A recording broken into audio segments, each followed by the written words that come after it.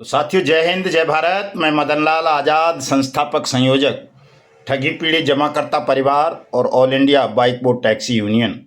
आज दिनांक 2 जून 2025 को आपके समक्ष प्रस्तुत हूँ राजधानी दिल्ली से कुछ बड़ी खबरें, खास समाचार आप सबको बताने के लिए। तो पूरा वीडियो तमाम साथी ध्यान से सुनेंगे, इसे ज़्यादा से ज़्यादा शेयर कर देंगे ताकि और लोग भी अवेयर हो सकें, जागरूक हो सकें और लाभान्वित हो सकें कानून की जानकारी से, सामान्य ज्ञान से। लाइक करेंगे, कमेंट करेंगे और जिन साथियों ने अभी तक हमारे यूट्यूब चैनल को सब्सक्राइब नहीं किया है वो इसे सब्सक्राइब ज़रूर कर लेंगे ताकि आपको घर बैठे अपडेट मिलती रहे। साथियों, ये काम ज़रूर कर लिया करें, क्योंकि जब हम इतनी मेहनत और परिश्रम कर रहे हैं आपका भुगतान कराने के लिए, देश में कानून का राज लाने के लिए, आपके सुरक्षा सम्मान के लिए, तो आप सबका भी उत्तरदायित्व बनता है, कर्तव्य बनता है कि आप कम से कम इतना तो कर ही दिया करें। लाइक, कमेंट, शेयर और सब्सक्राइब, इसमें कोई पैसा नहीं लगता है और ज़रा सा समय का वो होता है, समय भी कुछ नहीं है। पूरा वीडियो सुन लिया करें ध्यान से, चूँकि आप और बहुत सारी उल्टी पुल्टी गंदी और झूठी चीज़ों को सुनते रहते हैं यूट्यूब पर। तो जो चीज़ आपके काम की है, न केवल आपके काम की बल्कि आपके परिवार की, आपके भविष्य की, आपके राष्ट्र की, उसको गंभीरतापूर्वक सुन लेंगे तो आपका कल्याण हो जाएगा निश्चित रूप से। मैं सीधे खबरों पर आता हूं। आज हमारे वीर महोबे के बहादुर साथियों ने आज महोबा कलेक्ट्रेट पर ज़बरदस्त प्रदर्शन किया और प्रधानमंत्री की और उत्तर प्रदेश के मुख्यमंत्री योगी आदित्यनाथ की बर्खास्तगी की मांग करते हुए ये आरोप लगाया कि केंद्र और राज्य की दोनों ही सरकारें देश में संसद द्वारा सर्वसम्मति से बनाए गए ठगी पीड़ितों के भुगतान की गारंटी के अधिकार, अनियमित जमा योजनाएं पाबंदी अधिनियम 2019 को क्रियान्वित नहीं कर रही हैं, इस कानून का उल्लंघन कर रही हैं। इसलिए ये दोनों सरकारें न केवल लापरवाह हैं बल्कि अपराधी भी हैं। इसलिए इन दोनों को बर्खास्त किया जाए और ये मांग हमारे जिला कार्यकारिणी के तमाम साथियों ने महामहिम राष्ट्रपति और चीफ जस्टिस ऑफ इंडिया को ज्ञापन भेज करके की है। तो ये 21 मई से लगातार अभियान चल रहा है देश भर में। आप भी सब जगह जहाँ जहाँ रह गई हैं तहसीलें या ज़िले, वहाँ इस कार्यक्रम को अवश्य कर लें साथियों। 15 जून तक का टाइम है आपके पास। अगर आप इसको नहीं करेंगे और यदि आप हमारे संगठन में कोई पद ग्रहण करते हैं तो निश्चित रूप से हम आपको उस पद से मुक्त कर देंगे साथियों। तो पद से मुक्त करना कोई बड़ी बात नहीं है कि साहब आपको कोई पनिशमेंट दे दिया है, लेकिन ये है कि ये आपका उत्तरदायित्व बनता है, आपका फर्ज बनता है साथी, कि आप कम से कम अपने लिए नहीं तो अपने निवेशकों के भुगतान के लिए अवश्य लड़ें, चूँकि आपका ही उत्तरदायित्व है। निवेशक तो अपना उत्तरदायित्व समझ नहीं रहा, वो तो लठ लेके एजेंट के पीछे पड़ा हुआ है, उसे लगता है एजेंट दे देगा पैसा। एजेंट कहाँ से देगा पैसा? तो सरकार ने देना है, कानून बन गया है। सारी कंपनियों से सरकार ने छीन लिया है पैसा, तो ईडी के मार्फत, सीबीआई के मार्फत या दूसरी एजेंसीज के मार्फत से भी वगैरह के। तो जब पैसा सरकार को देना है, ऐसा कानून बन गया है कि निवेशकों का भुगतान सरकार करेगी, तो निवेशकों को भी इस लड़ाई में आगे आना चाहिए। एजेंट साथी अपने अपने निवेशकों को इस कानून के विषय में जानकारी दें ताकि वो घरों से निकलें और जल्दी से जल्दी ये देश ठगमुक्त बेईमान रहित राष्ट्र राज्य के रूप में स्थापित हो और ये कानून देश में क्रियान्वित हो और एजेंट और ठगी का शिकार बने निवेशकों के बीच जो द्वंद्व बना हुआ है, तनाव बना हुआ है, महाभारत छिड़ा हुआ है, वो जल्दी से जल्दी खत्म हो साथियों। तो ये हम सबका उत्तरदायित्व है, मिलकर इस उत्तरदायित्व का निर्वहन करना है।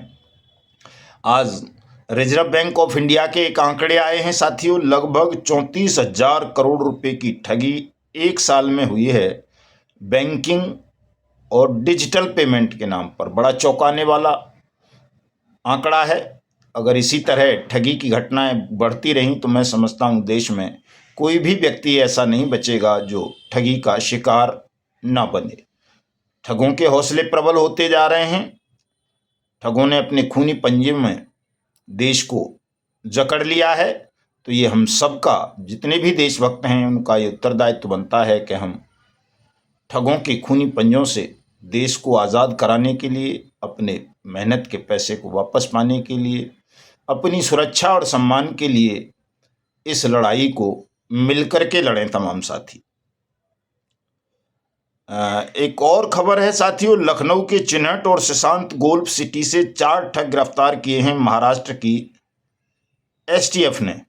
और इन चारों ठगों ने कंपनियां बना रखी थी बहुत सारी और क्रिप्टो करेंसी के नाम पर मुनाफा देने का वायदा करते थे। और उन्होंने रिजर्व बैंक ऑफ इंडिया के, सेबी के, फाइनेंस मिनिस्ट्री के और तमाम विदेश मंत्रालय के भी फर्जी कागजात, फर्जी सर्टिफिकेट बना रखे थे। काफ़ी लंबे समय बाद जो है ये पकड़ में आए हैं। महाराष्ट्र की पुलिस पकड़ के ले गई है, यूपी पुलिस तो इनको पकड़ ही नहीं पा रही थी। तो ऐसे ऐसे ठग हैं। आप भी ध्यान रखें, जो कहते हो आप बार बार के साथ, हमने तो आरबीआई का लाइसेंस देखा था, मिनिस्ट्री ऑफ फाइनेंस का देखा था, एमसीए का देखा था, इनकम टैक्स का देखा था।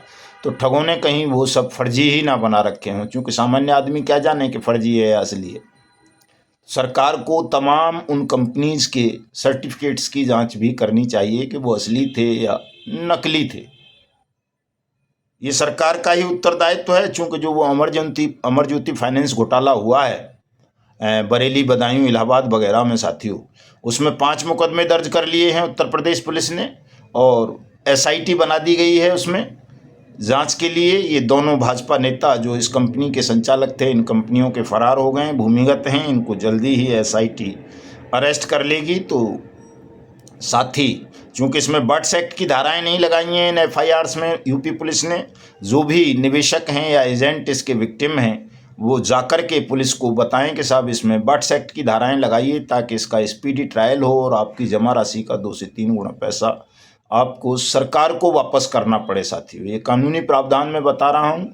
जहाँ भी मुकदमे अब दर्ज होते हैं चीटिंग के, फ्रॉड के, चिटफंड कंपनियों के खिलाफ, किसी क्रेडिट कोऑपरेटिव सोसाइटी के खिलाफ, किसी कंपनी के, फर्म निधि वगैरह के, उनमें बर्ड्स एक्ट की धाराएं अवश्य लगवाया करें आप। चूँकि पुलिस ये धाराएं अपनी तरफ से नहीं लगाती है, उसकी सरदर्दी बढ़ जाती है, उसे जल्दी इसमें चार्जशीट फाइल करनी पड़ती है, जल्दी ट्रायल करवाना पड़ता है, जल्दी जब्ती करनी पड़ती है और बहुत सारी जिम्मेदारी पुलिस की बढ़ जाती हैं।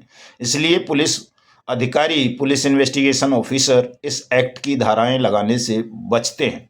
तो तमाम साथी इस बात का विशेष ध्यान रखा करें और आत्महत्या करने की ज़रूरत नहीं है। किसी भी साथी को तनाव नहीं लेना है, सबका भुगतान होगा, सबको सुरक्षा सम्मान मिलेगा। बिल्कुल नहीं घबराना है। अगर ये फर्जी मुकदमे दर्ज हो भी जाते हैं तो घबराना नहीं है, किसी को जेल नहीं जाना पड़ेगा। हम आश्वस्त कर रहे हैं आपको, सबको छुड़ा लेंगे। मुकदमे दर्ज होते हैं तो होने दें, क्योंकि एक बहुत हृदय विदारक घटना घटी है आज साथियों। राजस्थान के टॉप लेवल के एक मनोवैज्ञानिक थे, मनोचिकित्सक डॉक्टर, जो सारी मतलब राजस्थान के लोगों को या जो भी पेशेंट उनके नर्सिंग होम में, अस्पताल में आते थे, रिसर्च इंस्टीट्यूट में, अलवर में, वो उन्हें आत्महत्या से बचाने के उपाय बताया करते थे, उनको मानसिक तनाव से बाहर लाया करते थे। लेकिन साथियों, डॉक्टर सुमित मित्तल ने खुद एक मामूली से मुकदमे से घबराकर आत्महत्या कर ली। शायद डॉक्टर साहब का पाला कभी मुकदमों से पड़ा नहीं होगा।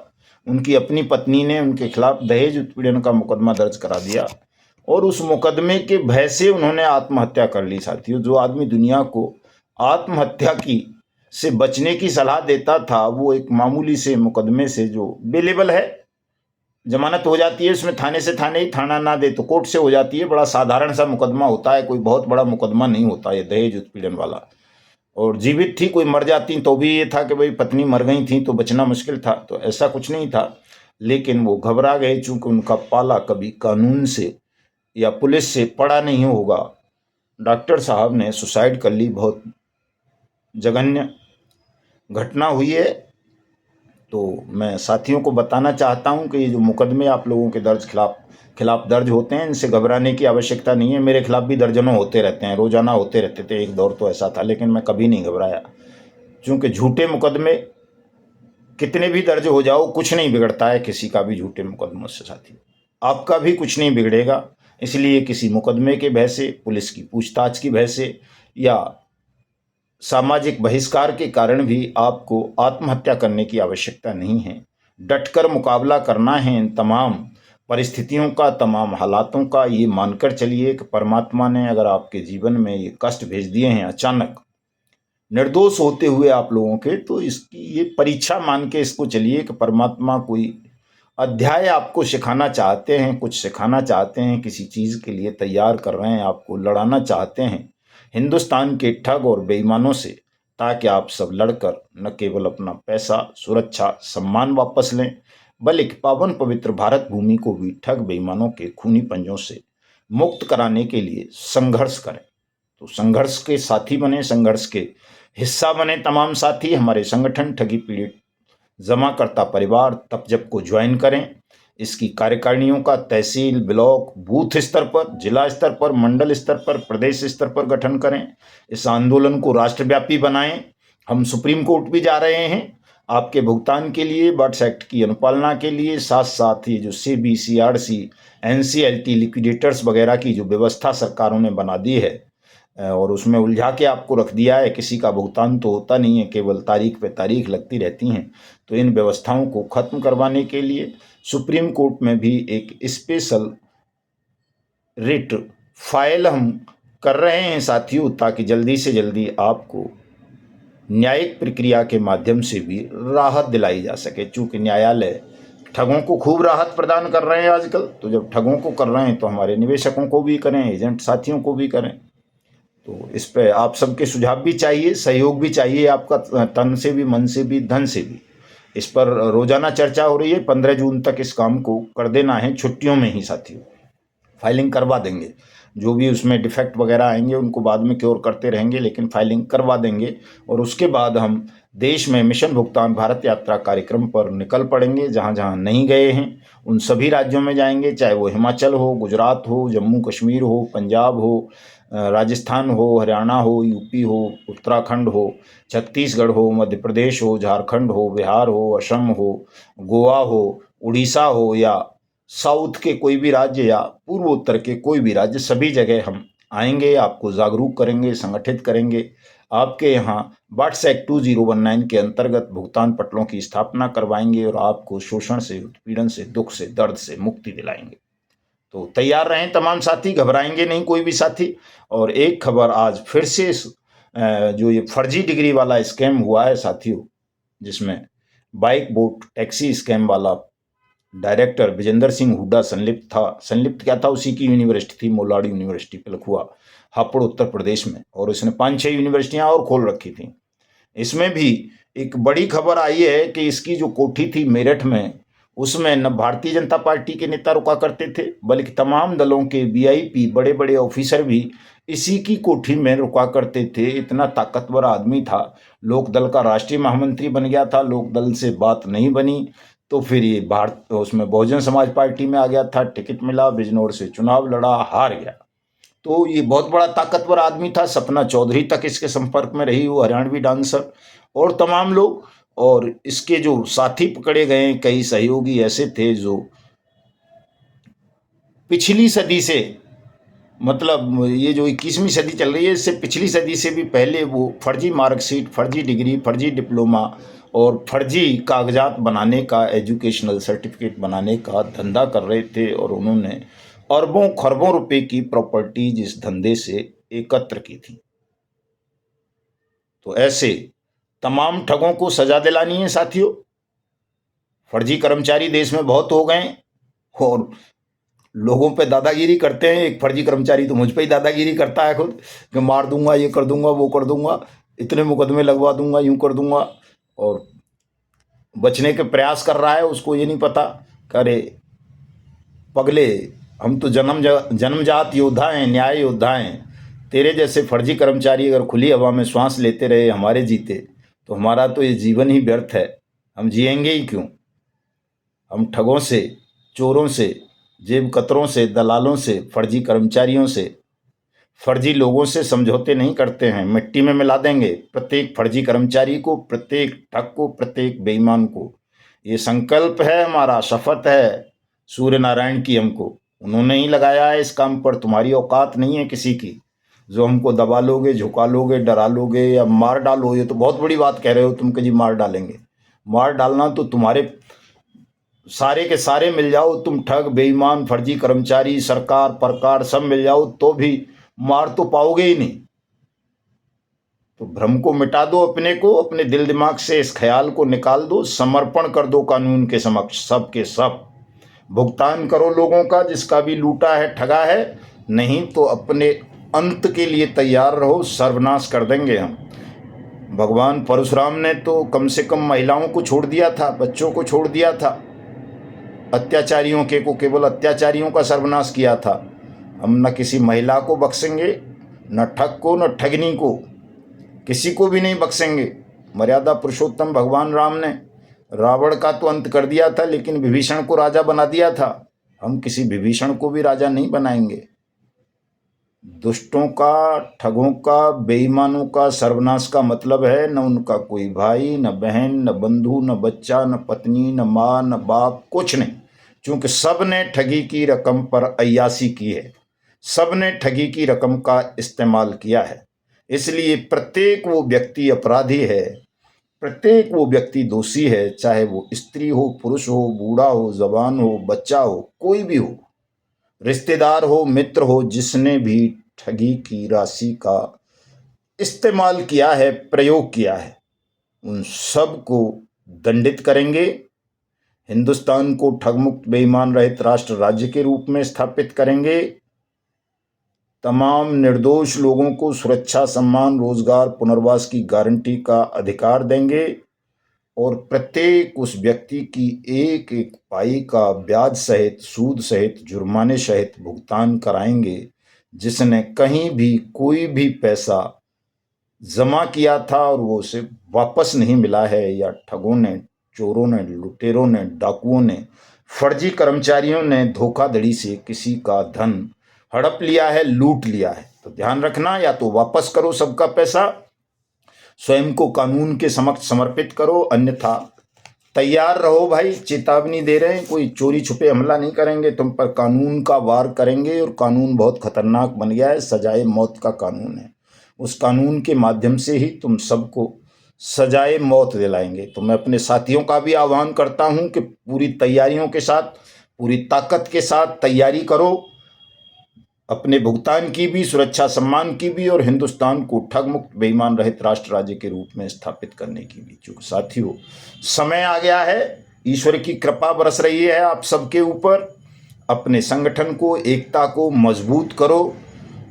तमाम इन्फोर्समेंट एजेंसीज एक्टिव हो उठी हैं अब ठगों के खिलाफ, बेईमानों के खिलाफ। सुप्रीम कोर्ट तक एक्टिव है इस समय। वो मंत्री जो था मध्य प्रदेश वाला, उसका माफ़ीनामा सुप्रीम कोर्ट ने अस्वीकार कर दिया है और कह दिया है कि नहीं, तुमको तो सजा दी जाएगी। सीबीआई ने कई वरिष्ठ अधिकारियों को अरेस्ट कर लिया है, जो लोगों से रिश्वतखोरी करते थे, ठगों से रिश्वत लेकर ठगों को बचा देते थे। तो ये तमाम अच्छी खबरें हैं। हवा आपके पक्ष में बह रही है, न्याय के पक्ष में बह रही है, इसलिए आपका भी उत्तरदायित्व बनता है कि आप भी इस हवा में बहने के लिए, न्याय युद्ध में सम्मिलित होने के लिए तैयार हो जाएं। साथियों, मिलता हूं कल। जय हिंद, जय भारत।